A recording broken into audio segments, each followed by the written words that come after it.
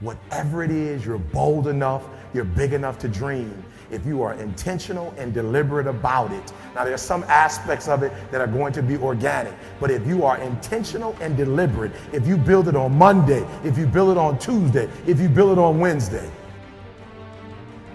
I want you to understand that it's not going to happen by luck. Productivity is always intentional and deliberate. And on Monday, Tuesday, Wednesday, Thursday, Friday, no luck, guys. Every single day, if you do a little, you're going to wake up one day and your dreams are going to be a reality. You can't just say you want it. You can't watch the video and say, I want it as bad as I want to breathe. It's cute to say it.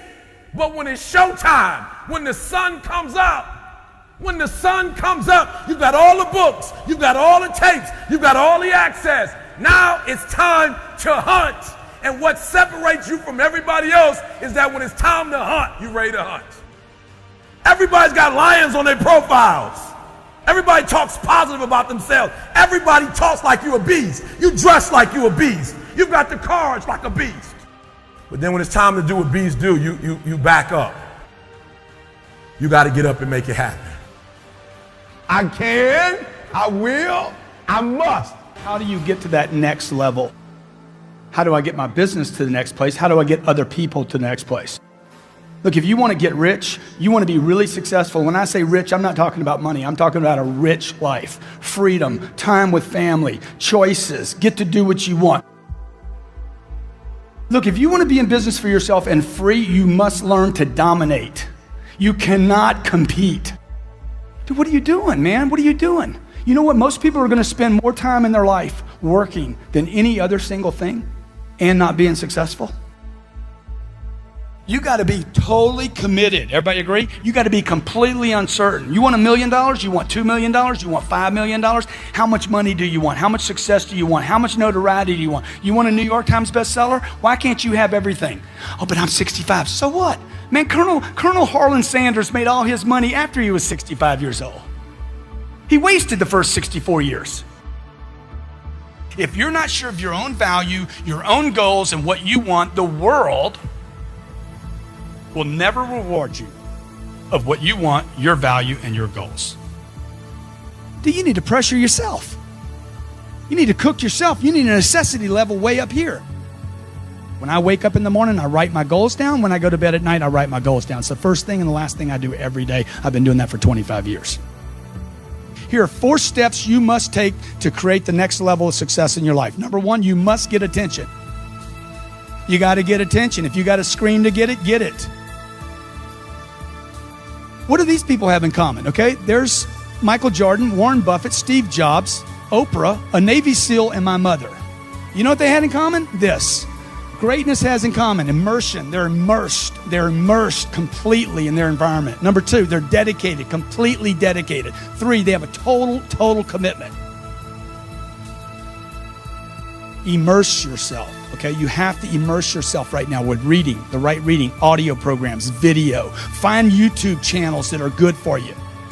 Immerse yourself with books, audio, video daily, okay? You hit all 3 of those where I'm reading something, listening to something, and watching something. These are completely different ways to learn. Anybody can do this, folks. Anybody can do this. This is not about a college degree. This is about massive amounts of action to get attention for yourself, your brand, your company, your products, your ideas, your dreams. Life is really, really short. And I think that we don't value and appreciate, our freedoms and our opportunities in our life. The universe is yours, all right? And you need to understand that. Success does not require you to look out the window. It only requires that you look in the mirror. To be successful, you don't have to look out the window and, where's my help? Where are the people that I need? All you got to do is stop, look directly in the mirror, and the one person you need to blow up, the one person you need to be successful is looking right back at you. And if you're willing to make a commitment to that person in the mirror, if you're willing to look at that person in the mirror and say, I'll make a commitment to you from this day forward, that whatever it takes, I'll do whatever it takes. Whatever it is you want to accomplish or whatever it is you want to do, you literally have to see it first. If you're not trying to get out of your shitty situation, then every day you're choosing to stay in it. And you can't complain about being given the choice you keep making. You know, one of my favorite quotes is, change happens when the pain of staying the same becomes greater than the pain of making a change. You know what's so funny? We want people to make guarantees to us, but we're not willing to make guarantees to ourselves. You're not brave enough. You want to put it on somebody else. The reason why I'm not successful is because of my boss. Have you ever looked at yourself in the mirror and said, I'm not getting up on time. I'm not going to work on time. I'm not putting in 120% when I'm at work. You've never looked at yourself in the mirror and said, you let you down. Until you get to that point, you let you down. You always want to blame other people. You want to hold other people to the fire, but you're not holding yourself to the fire. You just said you're giving 50%. You owe you an explanation. You need to look at yourself in the mirror and say, why are you only giving 50%? What's wrong with you? You need to put yourself on punishment. And I stopped being a victim. Stop saying, I've got to wait for good things to happen to me. And I said, I'm going to grind. I'm going to fight. I'm going to work. I'm going to press toward. I'm going to learn. I'm going to do everything in my power. Every single day, I'm going to do everything in my power to become a victor and not a victim. Winners win and losers lose. I can't explain it any better than that. I don't know how it happens, but winners win. And if you create a culture of losing, if you keep being a victim, if you keep letting losing happen to you, if you keep letting people do you and treat you any kind of way, it's going to become a culture. I have standards. I have value. It's easy to go through life holding on to things that are weighing us down. Guilt, resentment, doubt, worry. The problem is when we allow these things in, they're taking up space for the good things that should be there. Imagine your life is like a container. You were created to be filled with joy, peace, confidence, creativity. But if you allow worry in, it pushes out the peace. There's not space for both. You can't go above 100%. You have a limited amount of room. If you allow guilt to take up space, that's space that you don't have for the confidence you need. Some people don't enjoy their lives is because their container, their heart is contaminated with so many things. They have 10% worried, stressed out over their job, 12% bitterness, mad at their neighbor, 20% guilt, beating themselves up for past mistakes, 9% jealousy, their coworker is more beautiful. They don't realize 70% of their container is negative. How much space are you given to guilt, to shame, to regret, to being against yourself? Whatever it is, it's too much. Give no place to guilt. Give no place to worry. Give no place to bitterness. It can't come in and automatically take over. You control what's in your container. You control what you think about, what you choose to allow in.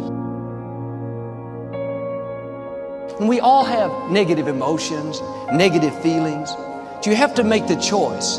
I'm not going to give this jealousy, this bitterness, this anger, valuable space and let it poison my life. I'm going to protect what I allow in me. And every morning when we wake up, we need to empty out anything negative from the day before. But you have to be disciplined. Say, no, I am not giving this offense any room. I am not going to let it sour my day. Or you wake up in the morning and thoughts of worry come. How are you going to pay your bills? What if the medical report's not good? You'll never get out of this problem. Don't allow that in. Take inventory of what you're giving space to. Life is too short to go through it with negative things holding us down.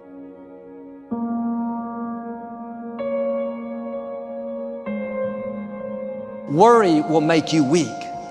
Living stressed out will make you old, give you wrinkles, take your passion. Being bitter, angry, resentful will shorten your life.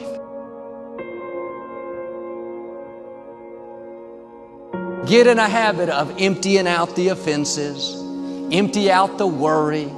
You make a mistake, empty out the guilt. You didn't do your best, empty out the regret. Do better next time.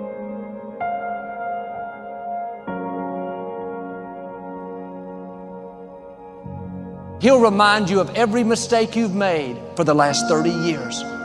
It's easy to live life in regrets, thinking about what you should have done differently. Man, I should have raised my children better. Should have been more faithful in my marriage. I should have finished college. Don't go through life looking in the rearview mirror, down on yourself, living in regrets. You can't do anything about the past, but you can do something about right now. Being against yourself doesn't help you do better. It pushes you down. Why don't you forgive yourself? Why don't you empty out the guilt?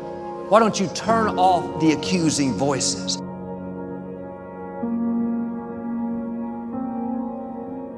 When you fall down, don't stay down, get back up again. When the accuser whispers, look at you, you blew it again, you'll never get it right. Just answer back, yes, I know I'm not perfect, but I am forgiven. I may not be where I should be, but I'm making progress. I'm moving forward, I'm not where I used to be. Don't let guilt poison your future. Empty it out.